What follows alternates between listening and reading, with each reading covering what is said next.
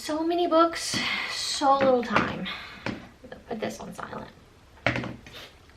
Hey y'all, welcome back to my channel. My name is Amy. Today we're going to be talking about all the books I read in February. And that was quite a bit for me. There was like 8, 1, 2, 3, 4, 5, 6, 7, 8, 9, 10. Well, wait, let me count that again. 1, 2, 3, 4, 5, 6, 7, 8, 9, 10. I listened to the majority of these books, but I did read a few. So, but I want to kind of do it a little bit different this month and start off with like my lowest rated book. That way I'm not going from like super excited about a book to like not excited about a book. So, all right, let's jump into it. So, like I said, we'll start off with my lowest rated book for that month. It's been a while since I gave a book a low rating, such as a 2-star. But a 2-star went to The Drowning by J.P. Smith. This book had so much potential. It really did. The synopsis sounded like great. I wanted to really love it. And really in the beginning, it really did grab me because we first start off following along with Joey Proctor, who is our little boy that goes missing later on. And then later on, like years down the road, I want to say it's like some odd number, like 21 years or something like that. But we're following Alex, who was a camp counselor back when Joey was in camp. And he is basically the whole reason why Joey went missing. But anyway, I didn't like him. I didn't like his character at all. Honestly, I didn't like any of the characters in this book. Like, I wasn't drawn to any of them. I felt like this book, like, just things were skipped over. I felt like maybe it was just all happening too fast and it wasn't all making any sense. And then you get to the end and it's like, what? Like, the ending made no sense at all. I'm still not sure, like, exactly what happened to Joey. I have an idea of what happened to Joey. I don't know. The ending made no sense to me. I didn't get anything out of it. I felt that it just majorly left you kind of hanging, but yet, like, it definitely ended. Like, there's no, like, sequel or anything like that, but I didn't get anything out of it. But anyway, Alex has basically gone on to become like this very successful businessman. He has a beautiful wife, beautiful children, you know, the whole setup. He's very wealthy, and things start to happen to him. And it's things that, like, it seems like someone's messing with him about the disappearance of Joey. But it's just like, why now? Why all of a sudden is this happening? You don't get that reason. Like, 21 years later, these things are occurring. Why? Like I said, it had so much potential. It did keep me reading because I was just curious to find out where this whole thing was going and who was doing this. Was Joey alive? Was someone doing this on behalf of Joey? Like I said, I kind of have a feeling of what went on, what happened to Joey, what was happening with Alex. I kind of have like this idea in my head, but it's never actually played out in the book or wrote out in the book, whatever you want to call it. It's not there. It's not in here. If it is, I missed it. I had a couple 3-star books, well, just 2 3-star books. We'll start off with Chasing the Dime by Michael Connelly. This is the book that I talked about my husband read years ago, and he said he enjoyed it, which I understand why he liked it. It's totally all him. They discuss very scientific things in this book. The main character that we're following is a scientist, and Michael loves that kind of stuff. He's very intrigued at that kind of stuff. He understands science. I don't. I got very bored during these parts, and it's a lot.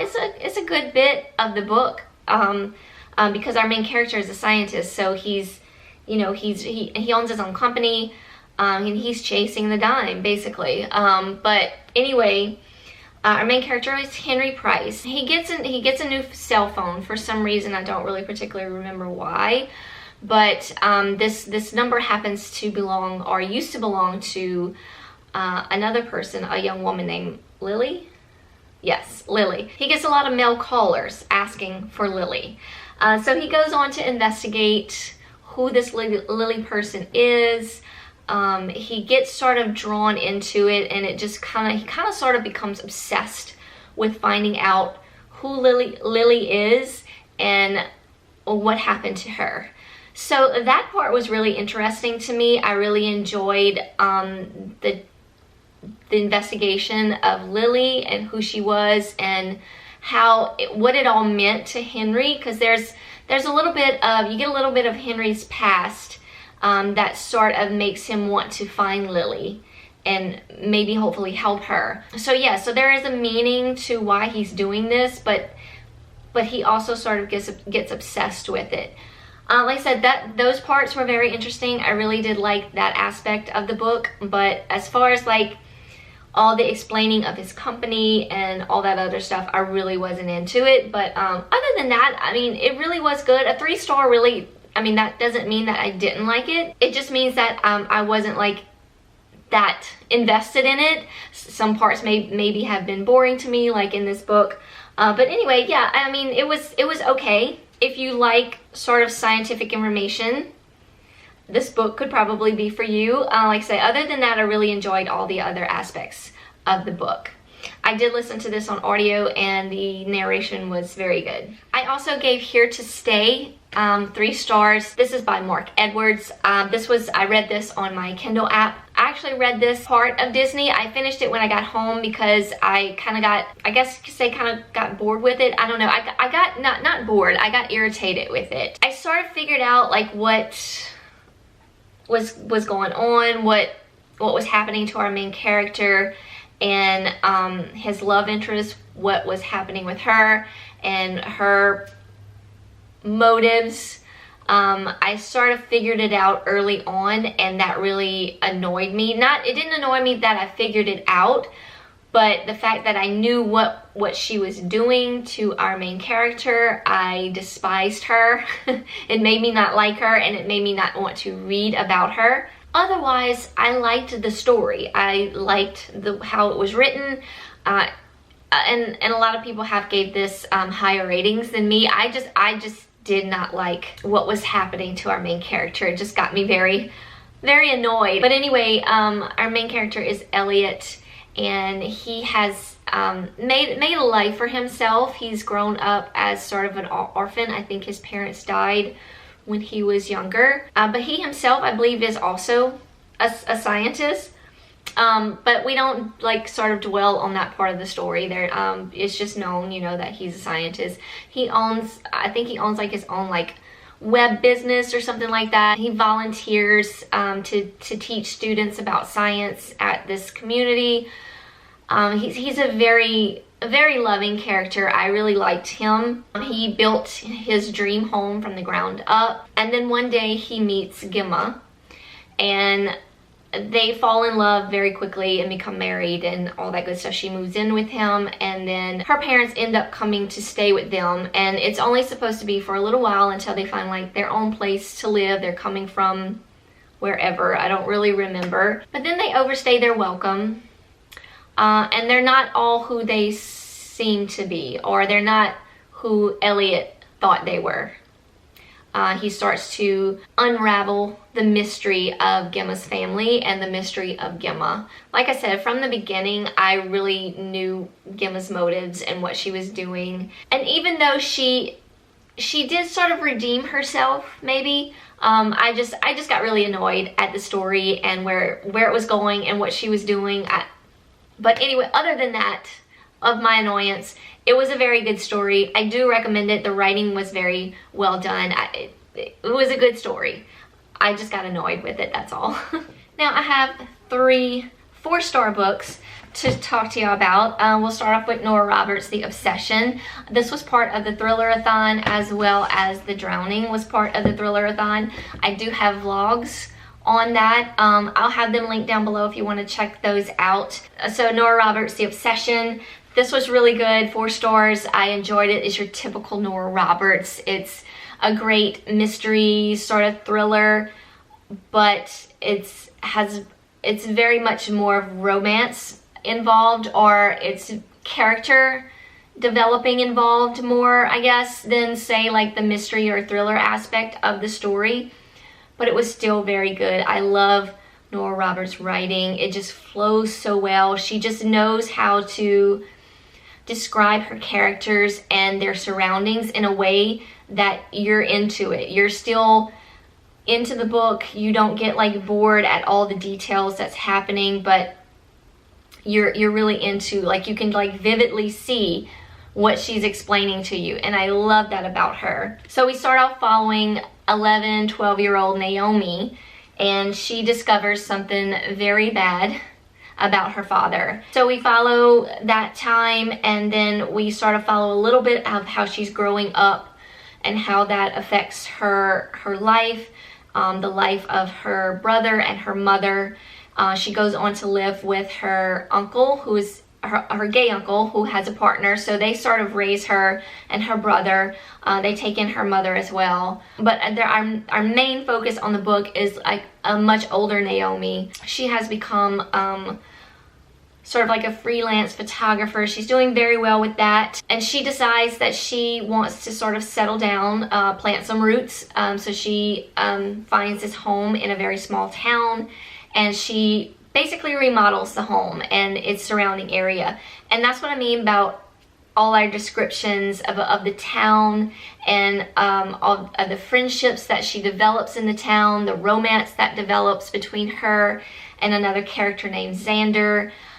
That's mainly what the book focuses on. The mystery thriller aspect of the book is sort of almost in the background, but it starts to come forward towards the end of the book, of course. But some things start to take place, some crimes that seem to be mimicking the crimes that her father committed. And we know her father is still in prison. So who's doing these crimes? Who's committing these crimes? Who's taunting with Naomi? And I guessed it closer to the end. Like I said, most of the book is just about the character development and the romance and everything like that. But once you get to the mystery part of it, I pretty much guessed who it was, or who done it, kind of thing. And that part of the book was sort of went very fast, but it was still good. I still enjoyed it. Not my favorite Nora Roberts, but I still liked it. I would still recommend this book. Yeah, 4 stars. Then we have Arctic Sun. This is the first book by Annabeth Albert. Not her first book, but the first book in this A Frozen Hearts novel series. I read the 3rd book first, so you don't have to read these in any particular order. You can just, whichever one sounds good to you, you can pick up all of them, whatever. But I decided I wanted to read the whole series, so this is the first one. And I actually didn't enjoy this one as much as I did the 3rd one. I mean, it was still good. I still liked it. I loved our characters, but it just didn't draw me in as much as that 3rd one. I think the 3rd one is called Arctic Heat is the 3rd book in the series. So far, it's my favorite. I have yet to get to Arctic Wild, which is the middle one. I plan on reading that this month in March, so we'll see how it goes. But this one is about Griffin. He's ex-military. I believe he lost someone in the military, and he had a hard time getting over that. Some PTSD. He's getting over like alcoholism. So he helps with the family business, which is a tourism sort of thing. He takes people out on tours around the Arctic area. What's it called? The Alaskan wilderness, my bad. But there on one of the tours that he's on, he meets River, who is sort of an ex-supermodel. He's just sort of laying low for a while. He's writing his 2nd book, I believe. So he's on this tour, just taking it easy. And they sort of developed like this little friendship and this little romance that happens between them. But they are definitely from 2 different worlds. So we see how that affects their relationship, and how it may draw them apart, or how things may draw them back together. It was just very sweet. I did like it. I loved our characters. But like I said, I just didn't like it as much as I liked the 3rd one. But it was still good. I still enjoyed it. I still recommend it. And we have the Bromance Book Club by Lisa K. Adams. I love this. This was really fun. I gave this 4 stars. I did very much get annoyed with Thea. I got extremely annoyed with Liv, who is Thea's sister. Thea is Gavin's wife. Gavin is our Major League Baseball player who becomes part of this bromance book club. But a bunch of his buddies, a bunch of his Major League buddies have founded this sort of romance book club to help them with their love lives, whether it be with their wives or their girlfriends or whatever, or partners or whoever it may be. Gavin has my heart. He is such a sweet guy, such a sweet character. I loved him. I loved his stutter. I loved everything about him. I was Team Gavin all the way. Like I said, not his ex-wife, but his wife, Thea, when they were going through their split or their separation or whatever, she just sort of annoyed me. I think just because I loved Gavin so much, he stole my heart from the very beginning, and I was just like, oh, you don't deserve him. But towards the end, I was like, okay, maybe you do deserve him, you know, whatever. But it was a sweet little love story between Gavin and Thea. Things haven't been good for a couple years. Thea has sort of been faking the big O in the bedroom, and Gavin just finds out, and it just sort of, you know, just hurts his ego pretty much, and he doesn't know what else to do but just to sort of leave and just figure it out. And that's when his friends come together and they give him this book to read and to learn from. And it was just so cute following him reading this book and sort of like mentally taking notes of the main character of the romance that he's currently reading. And you get little inserts of the romance that he's reading in this book. It's called Courting the Countess, I believe. So you get like little inserts of Gavin, of him reading the book, I guess. And it was just so, I loved that part of the book. It was so much fun. I love that sort of writing style that when it was like sort of like a little bit of a book within a book kind of thing, which is one of my faves. But yeah, it was really cute. Really fun to read, something different. I had been reading all these thrillers all month, and I just needed something light and fun and fluffy, and this was definitely it. I'm looking forward to the next book to see what this bromance book club is up to next. So, you know, all the rest of these got 5 stars from me. So we'll start off with, I guess, maybe my first read of the month, because I'm trying to remember everything about this book. This is Swipe Right for Murder. It's basically a hookup gone wrong for Aiden. Aiden is who we follow. He is on his spring break, and I believe he is off to, I don't remember exactly where he's going, but he's going to visit his aunt with his family, and everything happens in almost in one day. I don't remember all the details of this book because I read it at the very beginning of February, and in fact I read this on the way home from Disney. I read this whole thing. It was so good. I couldn't put it down. Every time we stopped for a potty break, I was like, oh, I don't want to stop reading. He gets mistaken for someone else basically, but then it turns out to be that they were sort of using him for this heist kind of thing. There's a bit of a cult situation in it, but it's nothing, because I had mentioned before that I don't like cults. There wasn't a lot of cultism going on in here. I don't know what you would call it, but there is a cult community kind of situation happening in here that he sort of just falls into. But it's basically wrong place, wrong time, wrong hookup, wrong time. He does meet someone along the way. I was just very involved in the story and involved with Aiden and what was happening with him and everything around him, and hoping that he would figure out how he got involved in this big old mess. It was just a fun ride. I really enjoyed it. 5 stars. Highly recommend it. Then we have The Passengers by John Moores. I read this for the Thriller-a-thon. I absolutely loved it. So we follow along with the passengers in this book, and there are 5 or 6 passengers that we follow along with.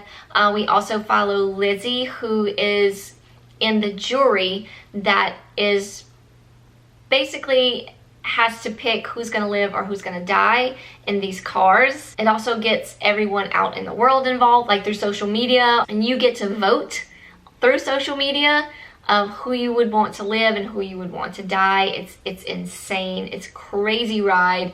The twists and turns at the end had my head just spinning. You get involved in all these passengers' lives.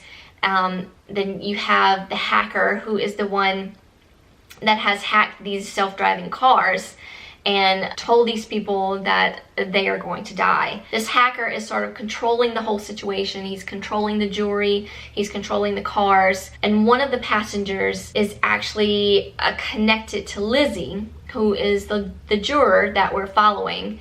And that part of the storyline towards the end, it gets crazy. It was just a crazy ride.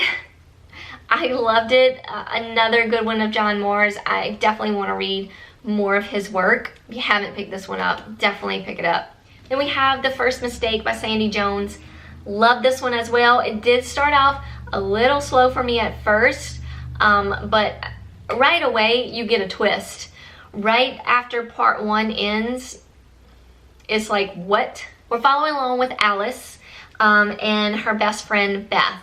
So in part one, you get a good bit of Alice's story, and then part two, you get Beth's story and how she's involved in everything that's happening. So Alice has lost her first husband, and she has remarried since, and her current husband, Nathan, are running her interior design firm. She's basically the owner of it because her and her ex-husband started it, but Nathan runs the business part of it, where she's like, you know, the brains and the interior designer or whatnot. But anyway, right away you start to feel like something's not right. Something's not right with her husband. Things start happening, making Alice feel that maybe he is cheating on her. But then he sort of redeems himself, and then there's Beth, and you're like, okay, something's not right about her either. But then you find out things about her. It was just crazy. I love the twist at the end. Beth's story is when I sort of got bored, but it's very much part of the story. You very much need to listen, read Beth's part of the story, because it has a lot to do with what is going to happen and what's going to all come together at the end. But yeah, it was really, really good. I enjoyed it. I did listen to this book on audio, and the narration was great. I also listened to The Passengers. This had a full cast of narrators, which I absolutely love, so I highly recommend the audio, especially on this one. And then I'll go ahead and jump into The Other People because I want to save the best for last. This is The Other People by CJ Tudor. I really enjoyed this. Again, I gave this 5 stars. I was on the fence though. I kept going back and forth with 4, maybe 4.5 to 5 stars. I couldn't really decide, and I think it's mainly because it was like there was so much going on. You really have to pay attention to all the little details, and I did listen to this on audio. I think I would recommend maybe physically reading this with your eyes. Even though I enjoyed the audio, I had to sort of stop every now and then and just kind of like flip through the book and figure out where we were, what was going on, what part of the story were we in. But anyway, other than that, I loved it. When you get to the end where everything starts to wrap up, that was another thing. Things sort of like started to wrap up very slowly. It wasn't like bam bam, like twist, turns, here we go. It was just more like, here's a little twist and here's a little turn. Are we gonna turn over here? And then there's a twist in the road over here. It was like a very slow sort of burn to your ending. But I was okay with it, but there was just a lot involved in getting there. A lot. So anyway, we're following along with Gabe. He is, in the beginning, he's driving home from work, and he sees this car in front of him, very Pacific car with stickers on it, and he sees a little girl in the car that looks just like his daughter, and she mouths the word daddy. just after that, he gets a phone call from home that something has happened to his wife and his daughter, and he needs to get home.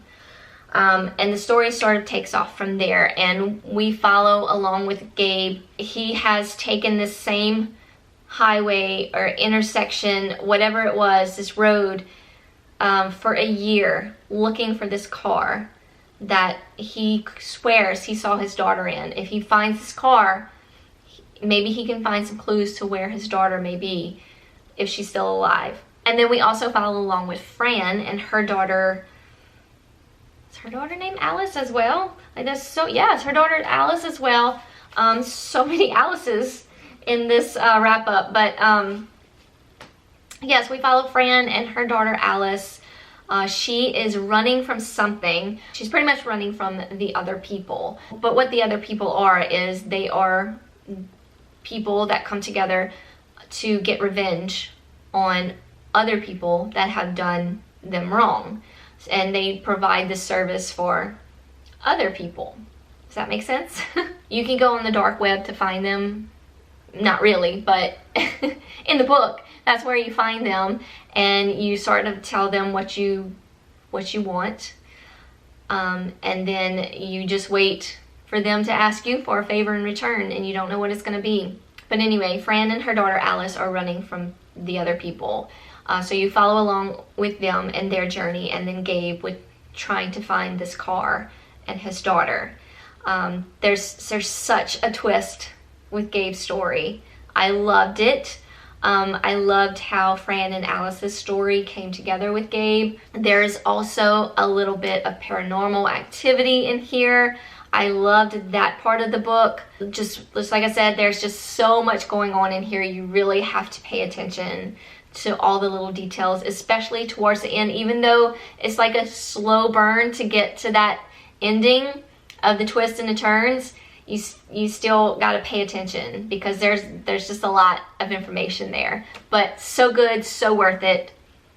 I can't wait to watch the Literally Dead Book Club live show that Kayla and Gabby will be doing. Can't wait to see how their thoughts on this book. I also read a little novella, a male romance called Tempting Fate by Sloane Kennedy. This was really good for a short story. I really enjoyed it. We follow along with Jackson and Travis. They are both like ranch hands on this ranch, so sexy cowboys, yes. Jackson is a closeted gay man, but he's sort of secretly in love with Travis, who is younger than him, so there's a little bit of an age gap in there. But even though the story seems sort of fast-paced, and like I said, it's a short story, it's very cute and very loving. So Travis starts to sort of get jealous. He sort of feels a little bit towards Jackson. At this one point, he catches him like in the shower,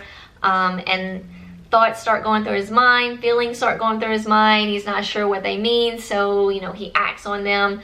It's just a very cute, loving short story. I fell in love with Jackson. He's adorable. There's not much more I can say about it because it's such a short story, but it's very well worth it if you want to check it out.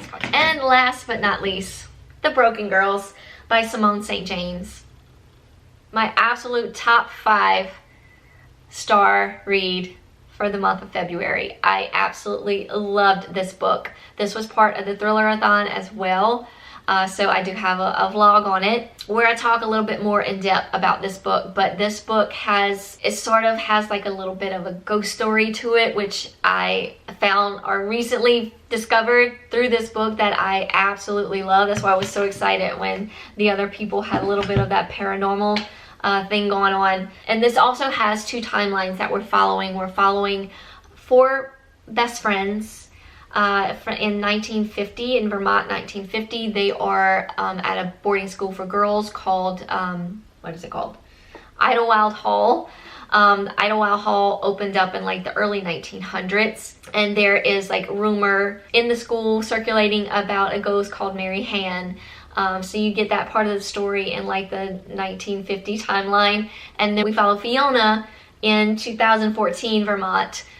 She's a journalist, but she also lost her sister back in 1994. Her sister was found on the property of Idlewild Hall on its property. So being the journalist that she is, she has sort of like, she hasn't become obsessed with it, but every chance she gets, she tries to get more information on this place and her sister and how it's connected with her sister, what really happened to her sister. Did the right person go to jail for murdering her sister? But in 2014, Idlewild Hall is being bought by someone and is going to be rebuilt, apparently, by someone. And she decides to take on the story of this renovation in hopes that maybe she can find out more information on this place and this property and what happened to her sister. I loved how the two timelines came together in present time. Like, and you don't know where it's going. You don't know